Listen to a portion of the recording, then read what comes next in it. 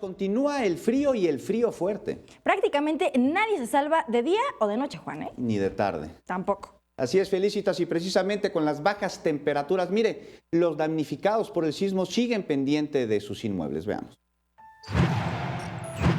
Durante esta temporada de bajas temperaturas, los damnificados del pasado sismo del 19 de septiembre han logrado mantenerse y protegerse de los cambios de temperatura en medio de la demolición que ya dio inicio. La Secretaría de Desarrollo Social de la Ciudad de México garantiza y otorga los beneficios sociales necesarios para ayudar las situaciones de vulnerabilidad. Estamos aquí ahorita al pendiente, pues sí pasando frío, pero aquí estamos. Y Cedeso nos traía alimentos, desayunos, comidas y cenas. Nos está apoyando con la comida y nos manda 20 raciones que ahorita son suficientes para la comida y nos las traen.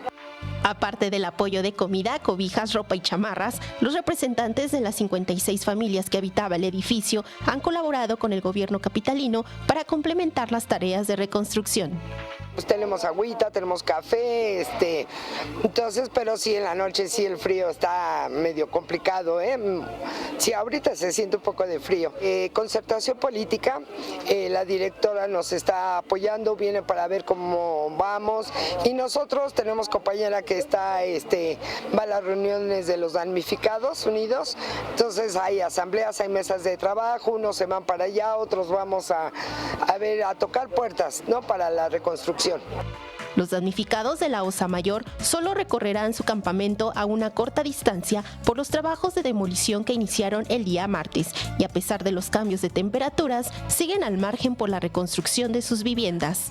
Con imágenes de Javier Martínez, María José Valencia, 21 Noticias.